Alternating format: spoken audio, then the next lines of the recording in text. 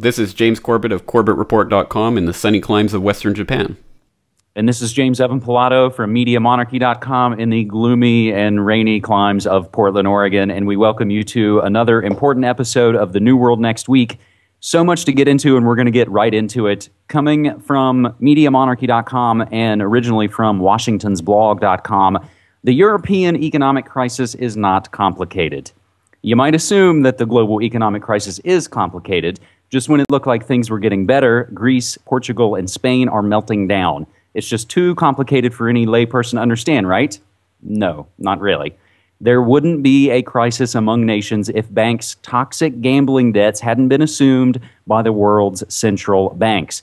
As Washington's blog pointed out, the Bank of International Settlements, also known as the central bank's central bank, points out in a new report with a PDF for you that the bank rescue packages have transferred significant risks onto government balance sheets.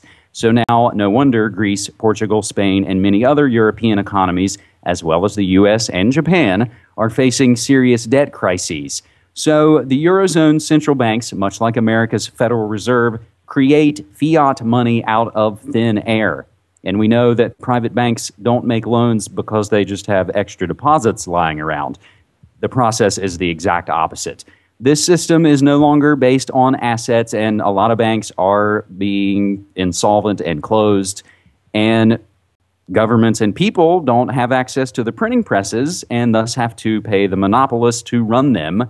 So at the very least, the system needs to be changed so that it is not, by definition, perched atop a mountain of debt, and the monetary base must be maintained by an authority that is accountable to the people. James. Absolutely. I can't stress how important this story is right now, and it's very interesting to be watching it. And of course, this is an unfolding calamity of unthinkable proportions. But yes, that's absolutely right. There's the sovereign debt crisis that's happening right now, and we see that most clearly in Greece right now with their bonds going just up and up and up in terms of percentages, and it's getting to the point where it looks like the Greek economy is going to completely collapse. They're going to have to restructure their debt, and when that happens, all bets are off the table. But the only thing is to keep in mind is that, once again, this is a manufactured crisis. This is an absolutely perfectly predictable result of the steps that have been taken in order to create the whole fiasco in the European monetary zone over the last 10 years. And that was in part engineered by Goldman Sachs. It's a very, very important story to understand, because we also have to understand the solutions that are going to be proposed for this crisis. And we're looking at the type of thing like revaluing currencies across the board and having some sort of conference to come up with a new standard for a global type currency where each individual country's currency is maintained, but moves are made in unison across countries. It's a very important situation to get a handle on. So I will be covering this in my next episode of the Corbett Report, episode 130, that will be released this Sunday. So I certainly hope people will stay tuned to CorbettReport.com for that, and also stay tuned to MediaMonarchy.com for more on this story, and to look at this incredible post that James has up there on the Econocrash. That's what I wanted to quickly mention, is that this does tie into this sort of Goldman Sachs sideshow that we're seeing, and it is setting the stage for what's coming, and it's tied in with this Dodd financial reform bill that essentially all you need to know is it's going to be, oh, please don't throw me into the briar patch from the major banksters. But moving quickly now to our second massive story that, again, is centered in the United States but has ramifications worldwide, and it's, of course, right on schedule. Arizona immigration law energizes Hispanics and Dems, and I want to note that we referenced on MediaMonarchy.com that after the passage of Obamacare, that immigration reform was going to be the next thing on the agenda, and this all ties in with the Schumer and Lindsey Graham bill that was proposed about a national biometric ID card for workers. Now, having said all that, from Reuters, Arizona immigrant law energizes Hispanics and Dems. Hispanics and Democratic lawmakers, furious over Arizona's harsh crackdown on illegal immigrants, expect huge rallies across the United States coming this May Day weekend, piling pressure on Obama to overhaul immigration laws in this election year. Usually not a good idea. Protest organizers said on Wednesday, outrage over the Arizona law, which seeks to drive illegal immigrants out of the state bordering Mexico, has galvanized Latinos and would translate into a higher turnout for May Day rallies in more than 70 U.S. cities. The marches and demonstrations are going to be far more massive than they otherwise would have been, said Juan Jose Gutierrez, an L.A. rally organizer who runs an immigration assistance company. So the backlash began last Friday, April 23rd, after Arizona Governor Jan Brewer signed into law a measure that requires state and local police to determine a person's immigration status if there is a reasonable suspicion they are undocumented. Critics say it's unconstitutional and opens the door to racial profiling.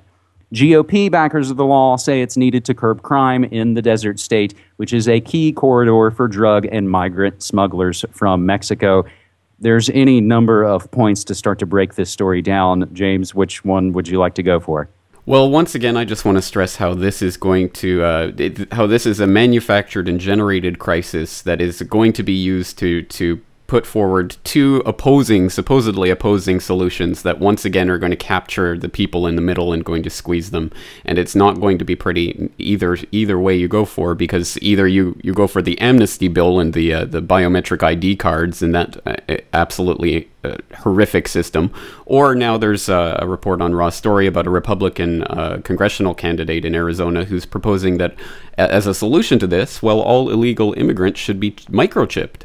So it just gets worse and worse in terms of the draconian laws and rules and measures that are passed to or being contemplated to take care of this problem. So once again, it's the solutions that we have to be wary of, and we have to be very careful about what solutions we want to propose for these types of crises and problems. So finally, for our third story, we're going to hop over to one of my sister sites, cyberspacewar.com, for a story that I think we've been able here on the New World Next Week to kind of end our broadcast with something positive and something that relates to, in a way, what we're doing here with online journalism and this 21st century frontier. From threat level, fair use contributes trillions to U.S. economy. One study after another purports to chronicle how much intellectual property piracy hurts the economy and contributes to every societal ill, from terrorism to child porn to slavery. But a new study unveiled Tuesday sets out to examine intellectual property in a different light, how fair use, which doesn't require permission from the copyright holder, actually benefits the economy. The trade group Computer and Communications Industry Association, in a follow-up to its 2007 report, asks, what contribution is made to our economy by industries that depend on the limitations to copyright protection when engaged in commerce? For the year 2007, the fair use economy accounted for $4.7 trillion in revenue and $2.2 trillion in value added, roughly 1/6 the total gross domestic product of the United States, according to this study. The fair use economy also employed more than 17 million people with a $1.2 trillion payroll. Fair use dependent industries include educational institutions, search engines, web hosting providers, software developers, and device manufacturers, among many others, of which we would include ourselves. James? Absolutely. Well, the Corbett Report wouldn't exist in anything near the form it does if it wasn't for the ability to use news-related content and to make commentary on that as part of fair use. And I'm assuming Media Monarchy is in the same boat. So absolutely, fair use is so important to not only have, but to defend against the various attacks on it from things like the AP, who won't let you use more than 4 words in a row from any one of their articles. Otherwise, that's violating their copyright, and just ridiculous things like that. So absolutely, we have to support fair use. So James, that's just going to do it for this episode of New World Next Week. Your episode coming soon again. Tell folks what we're going to cover there. We're going to cover Wither Europe, the European monetary crisis.